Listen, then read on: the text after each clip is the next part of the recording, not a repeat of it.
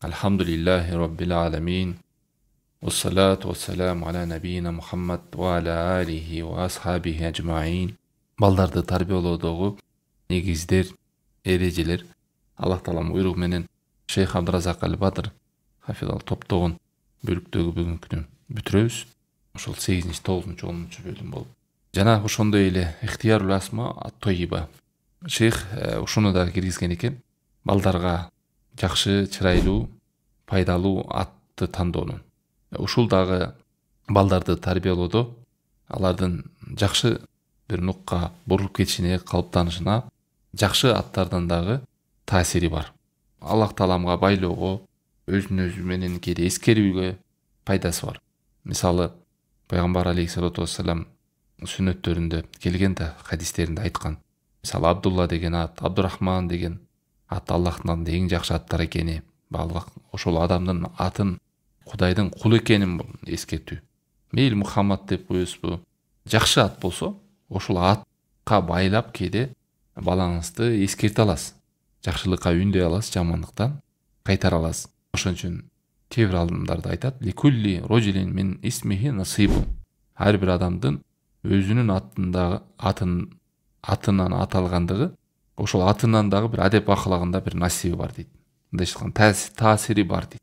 Адамды деле баланы бир жаман кличка коюп алып, ат коюп алып, лакап менен ошону атай берсе, ал бала чөгүп мындай жеке мүнөзүнө терс таасир берип, мен ушундай турбаймынбы, начар адам турбаймынбы, элдин баары эле жактырбайт, жаман сөз менен айта берет деп, өзүнө өзү болгон жакшы үмүтү өчө баштайт. Ошон үчүн шариатта да жакшылыкка үндөө, жакшылыкка жоромолдоо, жакшы үмүт берүү адамга чакырат, бул нерсеге, ушул нерсе кызыктырат. Ошондой аттарга, балага ат коюуда мындай бир туш келди эмес. Ошонун мааниси бар, максаты бар. Же болбосо улуу адамдардын аты, мисалы сахабалардын аты, пайгамбарлардын атын коюп, ошо менен эскерте турган, алардын окуясын айтып берип дайыма бала кызыгат.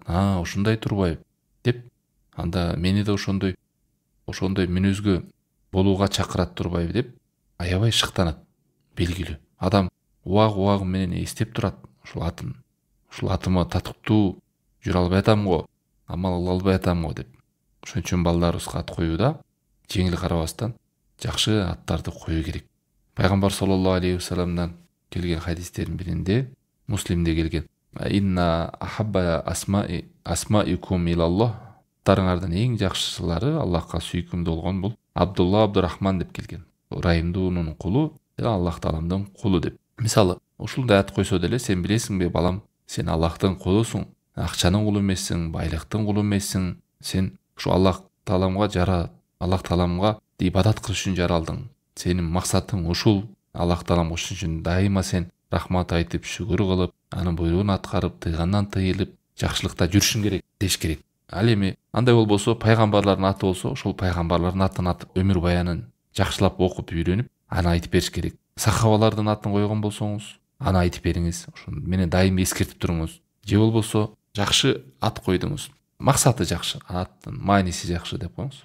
Ошол немени жакшылап үйрөнүп, эскертип туруңуз. Же болбосо, балаңыздын келечекте сен үйлөнөсүң, кел саган балаңа ат ким коесуң? Мисалы, баланча болсо, ошонун атасы деп айтып жүрүү. Анда да баланын немеси, үмүтү, мүнөзүнө жакшы берет. Баланчанын атасы же баланчанын кыз болсо апасы деп. Мен ушундай үй бүлө күтөт турбаймынбы, ата болот турбаймынбы, өзүм үлгү болушум керек турбай деп, кайдимкидей лакап деп коет. Лакап, жакшы лакап. Ошону жакшы жака жоромолдоп, чоң кишидей кылып сүйлөшүп, насаат айтканда да, осуят айтканда да, пайдалуу маалыматтар менен бөлүшкөндө да, аларга үгүт насаат айтканда да кабыл кылууга жеңил болот. Аллах сактасын, эгерде мындай аттарга көңүл бурбай турган болсо, достору же туугандардан, жана чоң баш, делден кулак, болбосо бети бирдеке же ар кандай кличкаларды коюп алып, чанаач, бул бүт адамдын мүнөзүнө, тарбиясына, ушул акыл эсине, жүрүм турумуна терс таасир берүүчү нерселер.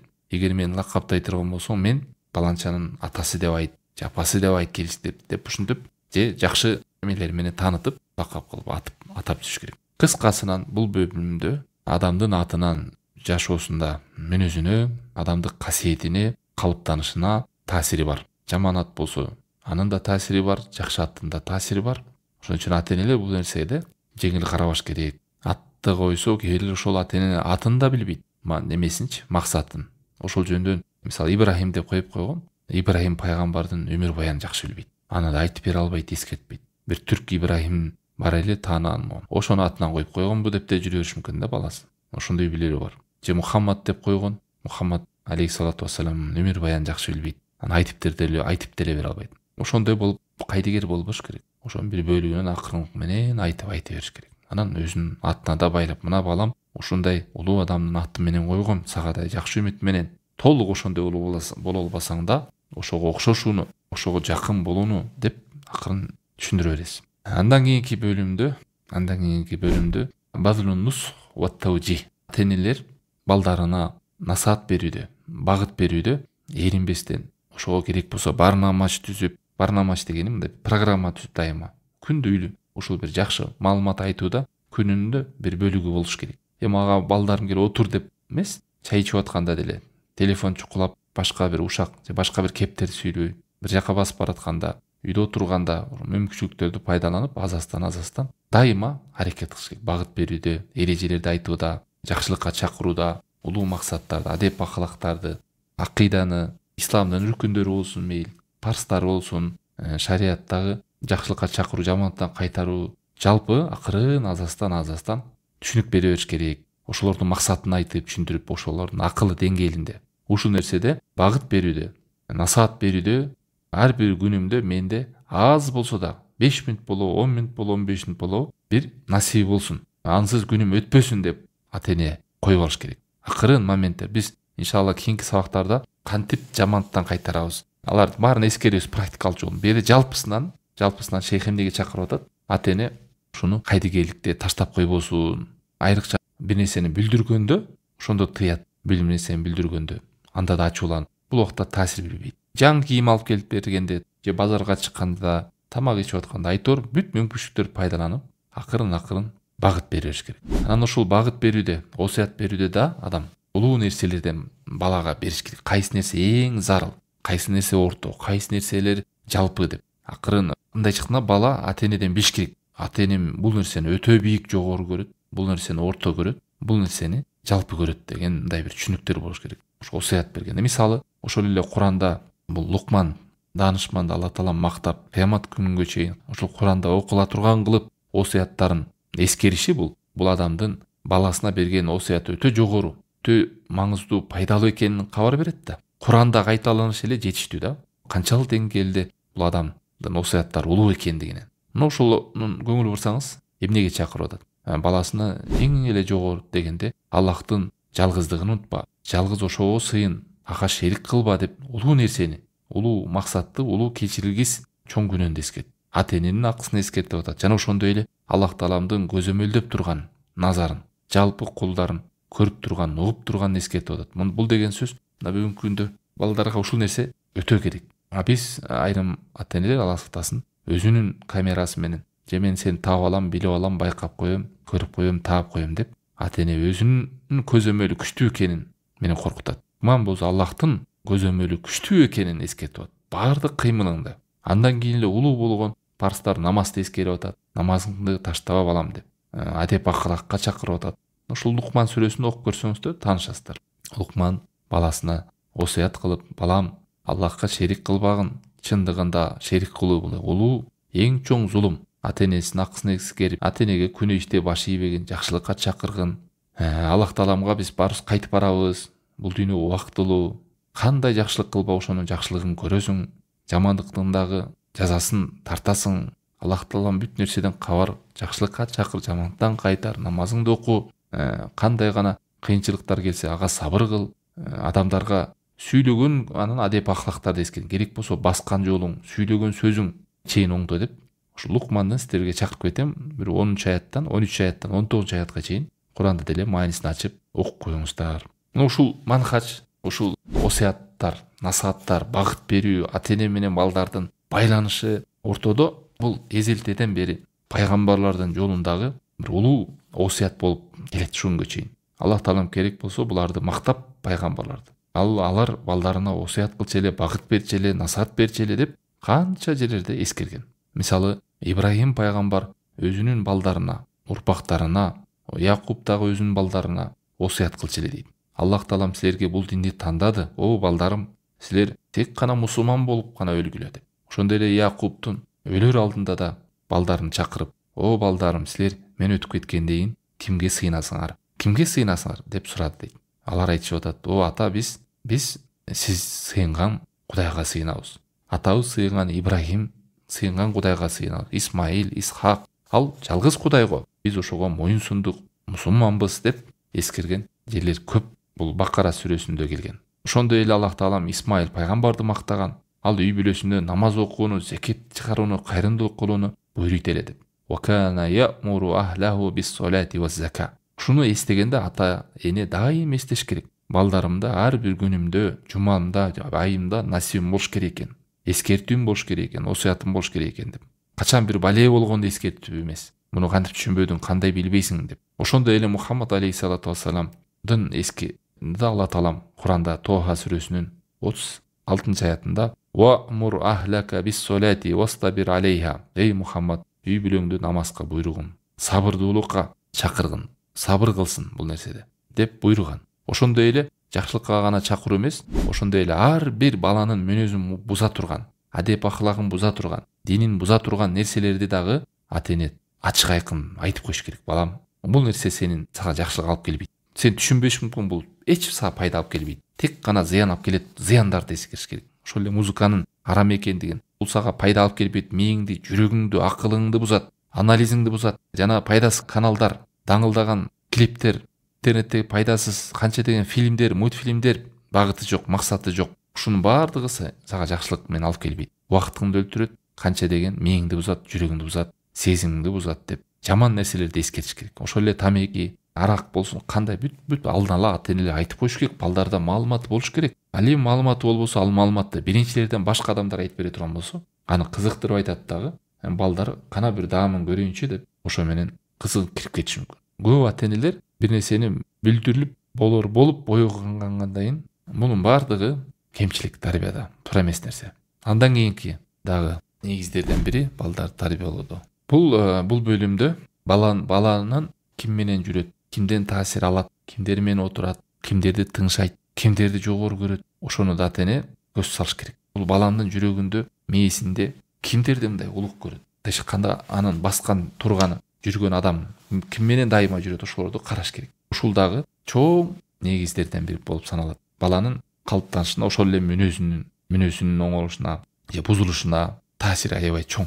Эгерде канча жакшылыкты үйрөтүп, жамандыктан да эскертип бала үйрөнсө деле, жаман чөйрөгө кирип кетсе, бат эле бузулуп кетет. Балдар биякта турсун, чоң эле кишилер бузулуп кетет. Ошон үчүн сен досуңду көргөс, мен сенин ким экениңди айтайын дегени. Пайгамбар алейхиссалату вассалам адам баласы досунун динде болот. Ошондуктан силер ким менен жүрөсүңөр карагыла деген. Ошол же адам таасир алат, же таасир берет ушундай. Анан эми балдарыбыз жаш жаңы үйрөнүп келатса, каякта бирөөгө таасир берсин, эч нерсе билбесе. Адамдын мүнөзү бул ууру болот. Билинбей, жаман мүнөздөрдү уурдаганга жакын. Ошон үчүн жана үйдө жашынакай эле сөгүнбөй жүргөн балдар, жаман балдар кошуп койсоң эле, бир жумада тилдеринде сөгүнө турган сөздөрдү үйрөнүп келет. Кызыктай бир мүнөздөрдү үйрөнүп келет. Терс. Жакшылыктарды үйрөнбөйт алардан. Жок да аларда эмне? Өзүндө жок нерсени кантип берет?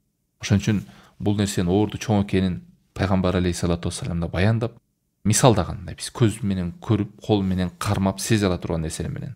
Жакшы адам менен жаман адам менен отуруунун айырмасы, жакшы адам жанагы миск атыр саткандай. Же андан сен сатып аласың, же сага денеңе жууп кетет, же андан бир жакшы жыт табасың деген. Жакшы адам менен отуруудан тек гана пайда аласың. Ал эми жаман адам менен отурууда, жүрүүдө анын мисалы жанагы темир устадай. Темир уста же кийимин күйгүзөт, же жаман жыт табасың иштеп аткан жер. Адам досунун динде деп мына ушинтип көзгө көргөн мисал менен да пайгамбар алейхиссалату вассалам мисалдап берген. Ошон үчүн ата энелер эмне кылыш керек? Көңүл буруш керек, байкаш керек ким менен жүрүп атат. Ошол жүрүп жакын туткан баланын адеп аклагы кандай? Ал кандай үй бүлөдө өскөн бала? Ата энеси жакшыбы, мүмкүнчүлүк болсо, себеби ошол нерселер чагылдырат, балага жугат. А эми азыркы заманда, азыр достун деле кереги жок. Абайлар эң мындан да чоң таасир ала турган нерсе, бул илгери болчу. Тоого ойнотуп коюп, көчөгө ойнотуп коюп, Балдар эртемен кетип, кечте келип достору менен. Азыркы убакта эшикке да чыкпайт балдар. Достун деле кереги жок аларга. Аларга телефон болсо, ноутбукпу, планшетпи, бир ушундай нерсени алып алса, бүт досторунун баарын ушул жактан таба алат. Онлайн ойноп достору деле таба алат. Фильмдерден, мультфильмдерден, сот тармактардан. Ушул эле таасир берип баланы жайлап бузуп салат. Акылын бузат, динин бузат, адеп аклагын бузат, жүрүм турумун бузат, мүнөзүн бузат. Аллах сактасын, мунун таасири күчтүүрөөк жөнөкөй жана живой адамдан да азыр. Бул боюнча да иншалла кийинки практикалык сабактарды өтөбүз. Кантип ошо балдар зависим болуп калган балдар менен кантип иштеш керек? Кандай кылып такыр үзүп салсаң дагы бала экен, аңдып каяктан бузуп табат экен. Мунун зыянын азайтып, кантип ал нерсеге тыйып кетүүнүн жолдорун, практикалык жолдорун өтөбүз иншалла. Жалпысынан ата-эне билиш керек бул бөлүмдө. Жанында жүргөндөрү эмнени көрөт, эмнеден таасир алат телефонду карап, ушул нерсе баланын мүнөзүнө таасирин берип, ошондой болуп калыптана турганын билиш керек. Азыркы күндө айрыкча сот тармак, интернет, аппараттар кадимки мындай адамдардын дагы таасири чоң дедик. Мына шейх да эскертиптир, канча деген бүгүнкү күндө бузулуулар ушул сот тармак аркылуу, ушул аппарат аркылуу, интернет аркылуу кыздарда, балдарда бузулуп кетип атат. Билбейт дейт. Ошолор мына тарбиялап салып атат балдарын дейт. Ата-эне жүрөт жыргап, кийим кийгиздик, курсагын тойгуздук, жашынакай жылуу үйдө жашап атат. Айрымдар мындан да жаманы, ушу телефонду алып берип, толук 24 саат эркин кирип койгон. Ушу балам менин башымды оорутпай, тынч өзүм менен жүрө берсинчи болду. Айрымдар ушу телефон менен баласын тынчытыш үчүн берип коет. Сүйлөшүү, насаат берүү, осаат берүү биякта турсун. Мына сенин дозуң. Мына кептин бар ушакта. Ушактан адеп акылакты үйрөнүп ал. Мени эң негизи тынч койчу болду. Мен да бир телефон менен отурайын тынч дегендей мамиледе да. Алла сактасын. Анан эле чоңойгондо ата-энелер балдарына внимание талап кылып баштайт. Картайып, мен менен сүйлөшсө болот эле, жанымда болсо, эч түнт сүйлөбөйт, билбейт. Ал жаза мен жинсилам, кандай кылсаң ошондой көрөсүң. Кийин сага да ушундай жаңы телефон картайганда алып келип берип коет. Мына ушул жактан сүйлөшө бериңиз. Досторуңузду таап алыңыз. Алла сактасын. Ошон үчүн балдарды үйдөн кетип, кыздар күйөөгө тийип кеткенче, балдар эрезеге жетип, окууга кетип калганча убакыт өтө аз, бат өтүп кетет. Анан университетке кетип, нары чоң жигит болуп кеткенден кыйын аларга. Мында кыйын эмес, мүмкүнчүлүк бар. Алында деле насаат кылып, осаят кылып айтып бересиз. Бирок анын таасири жаныңызда жашап, колуңузда чоңойгон убакытта айткандай болбойт да. Анан акыркы бөлүктө ушу мен бүтүрүп салайын, бүгүн бир аз узарып кетиптир. Ушу менен бул шейхтин топтогон маалыматтарын бүтүрөбүз. Акыркы бөлүктө өтө зарыл 10-чында ата-энелердин өз үлгү болушу, өзү балдарына үлгүлүү болуш керек. Жакшылыкка чакырдыңызбы, биринчилерден болуп, сөз менен эмес, амал менен аткарын көргөзүңүз. Жамандыктан тыйдыңызбы, биринчилерден болуп өзүңүз тыйылганды көргөзүңүз. Сөзүңүз бир талаада, амалыңыз бир талаада болбосун. Же бир өрөөндө болуп. Мына ушул нерсе сөздү менен амалдын карама каршы келиши, экөө эки тарапта болушу балдардын маалыматты угуп, алар угуу менен эмес, көбүнчө көргөн нерсесине көп таасир алат. Баары билесиздер. Анан ата-эне тарбиялап атып, бул жакшы деп туруп өзү аткарбайт, бул жаман деп өзү тыйылбаса, өзү пайда албаса, бул не деген кеп, бул келжирип атат, бир сансырак кеп окшойт деп эле жаман таасир калтырат балдарга. Аласы. Олуттуу деле сөз эмес окшойт. Болбогон эле кеп окшойт. Эгерде жакшы болсо өзү аткарат эле го дейт. Аны айтпаса деле баланын сезиминде калат ушул нерсе. Балам намазды кечиктирип окубаш керек деп өзү кечиктирип окуп атса мисалы. Балам будан тыйылыш керек, бул жаман деп болуп өзү кечиктирип отуруп атса. Лианна нуфуса мажбулатун ала адамил интифа би калам ман ла яъмал би илмихи ва ла янтафиу бихи. Шейх айтат, себеби адамдын напсеси табият ушундай. Ушундай нерседен пайда албайт, ушундай сөздөн. Ким ал сөздү өзү сүйлөп аткарбай аткан болсо, өзү пайдалана албай эле айтып атса, өзү пайдаланбайт, өзү амал кылбай анан сага айтып атса, балам чылым чекпе деп атасы чылым чегип атса, чылым чекпе деп чылымга жумшап атса, мисалы, таасир бербейт. Таасир бир врач айтып, бул зыян деп коюп өзү ичип атса, муну ичкиле пайдалуу деп бирок өзү ичпей атса, ошондой адамга кызыктай бир жагдай калтырат балдарга. Бир эң жакшысы ата айтып, эне айтып, өзү шашып ошону аткарып атса, тазалыкка жумшайт, өзү таза, жакшылыкка жумшайт, өзү ошол жакшылыкты биринчиден аткарат. Болду, бала көрөт бул нерсе. Атам айтып, энем айтып, өзү аткарып атса бул нерсе. Мындайча айтканда таасири аябай чоң болот. Мына биз айтып атпайбы, кантип сөзүбүз таасирлүү болсун балдарыбыз. Кантип сөзүм өтпөй атат, кебим өтпөй атат, таасир бербей атат го деген. Мына ушул нерседе ата эне өз үлгү болуш керек деп атат. Мына ошон үчүн Куранда да бир нече жерлерде пайгамбарлар элдерине осуят кылып атканда айткан, мисалы Шуайб алейхиссалам: "Ва уриду ан ухалифакум иля ма анхакум анху." Худ сүрөсү 88-аят. О элим, мен өзүм каалабаймын силерди бир нерседен тыйып, анан өзүм кайра ошол нерседен тыйылбай каршы туруп амал кылганым сөзүмө деген. Сөзүмө каршы амал кылууну каалабайм. Мындай чыкканда элге чакырып аткан бул олуттуу. Эмнеден тыйсам мен өзүм тыйыламын. Эмнеге жакшылыкка чакырсам ошону аткарамын деп адамдардын напсисинде жанында аябай жакшы таасир калтырат. Ошон үчүн мурунку салафтардын сөздөрүндө бар: "Ида араттан юкбала минкал амр ва нахи", эгерде сенден бир буйрукту кабыл кылышын, тыйгандан тыйылышты кааласаң, буйрук берсең аткарыштыкты, тыйсаң тыйылышты калсаң, анда өзүң биринчилерден буйрукту аткаргын, өзүң биринчилерден болуп тыйганыңдан тыйылгын дейт. Мындай чыкканда ата энеден урдайт да, урдайт. Болду ушинтип баягы кыргызда жакшы сөз айткан го. Эме дейт, чымчык уядан эмнени көрсө, учканда ошону алат. Эмнени жесе уяда жүргөндө, учканда деле ошону издейт болду, башка нерсени жебейт. Анысы ата эне үйдөн кандай мамиле кылды, эмне кылды, ошол нерсе калат, чугуп калат.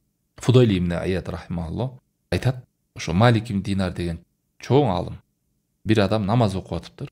Намазында эптеп-септемей да, намаздын үркүндөрү, шарттары аткарылбай эле. Аны көрүп айтат экен да: бул адамдын үйү мага, үй бүлөсүнө боорум ачып атат дептир. Анан тиги алым сурап түшүнбөй.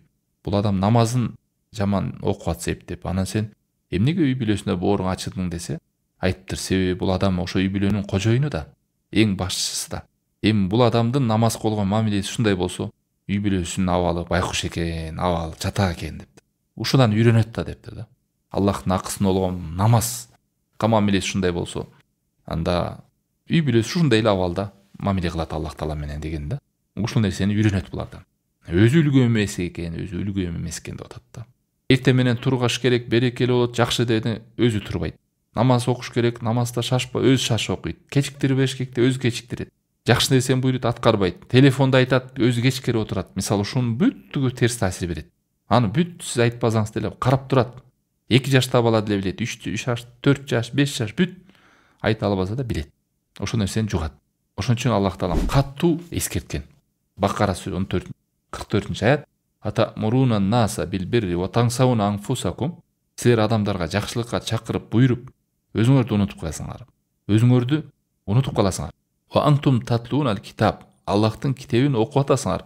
"Афала тaqilun", не ой жүгүртпөйсүңөрбү деп Аллах Таала катуу эскерткен. Жакшылыкка чакырып, өзүңөрдү унутуп коесуңар. Китепти окуйсуңар, түшүнбөйсүңөр. Акыл жүгүртпөйсүңөр. Мына ушул нерсе үй бүлөдө биринчилерден бизден көрүш керек, ата энеден көрүш керек балдарыбыз. Дагы бир Соф сүрөсүнүн 2-аятында: "Я юхалладина аману", о ыйман келтиргендер, "лима тaquluna ма ла тафалун", өзүңөр кылбаган нерсени эмне айтып атасыңар дейт. Өзүңөр кылбаган нерсени айтып атасыңар. "Кабура мактан индаллахи ан тaqulu ма ла тафалун", Аллахтын алдында жаман көрүнө турган абал болду. Силер айта берип, кайра өзүңөр кылбаган нерсе деп. Ошон үчүн ушунчалык күнөө кылгың келсе, Аллах сактасын. Жок дегенде Аллахтын алдындагы ушул мыйзамдардын кадыр баркын түшүрүп, балдардын алдында өзүңдүн айбатыңды түшүрбөй, жашынып кыл, Аллах сактасын. Ушунчалык. Анан аны балдарын көзүнчө кылуу бул такыр Аллах Тааламдын буйруктарын сыйлабастык. Өзүң жаман болсоң дагы балдарың жакшы болсун дейт ата эне. Менден да жакшыраак болсун дейт. Анан жок дегенде өзүңдүн шалакылыгыңды, боштугуңду, аткара албай атканыңды көргөзбөш керек. Бул адат кылып ал деген сөз эмес. Жок дегенде такыр жанат жүрө берген ата эне болсо, жок дегенде жашырып көргөзбөй. Мисалы үйдөн көбүрөөк Куран китеп кармаганды көргөзүңүздөр. Телефонду карап алып, мен телефондон окуп атам деп эместен, китепке үйрөтүп, ошол нерселерди көрсүн. Кайсы нерседен баланы каалайсыз, ошонун практикасын жасаганды аракет кылыш керек. Айтып коюп, талап кылып коюп, өзүндө жок болсо, жукпайт да ал нерсе. Ал-кудва хасана деген ушул үлгү тутуу, үлгү болуу деген. Аллах Таалам баарыбызга уккан билгенибиз пайдалуу кылсын. Аллахым сени эстөөгө, сага шүгүр кылууга, сага чырайлуу ибадат кылууга бизге жардам бере көр. Ушул уккан билген насааттарыбызды амал кылууга жардам бере көр. Аллахым бизге пайдалуу илим бер, адалы рызкы, корккон жүрөк, жаш чыккан көз, сезген жүрөк бере көр. Жакшылык амалдарды аткарууга, жамандык амалдарды таштоого өзүң жардам бер. Сенин ыраазылыгыңа алып келе турган сөздөрдү, амалдарды кылууга жардам бере көр. Субханакаллахумма бихамдика, ашхаду ан ла илаха илля анта, астагфирука ва атубу илейк. Ва саллаллаху таала аля хайри халқи ва аля алейхи ва сахби ажмаин. Ассаламу алейкум ва рахматуллахи ва баракатух.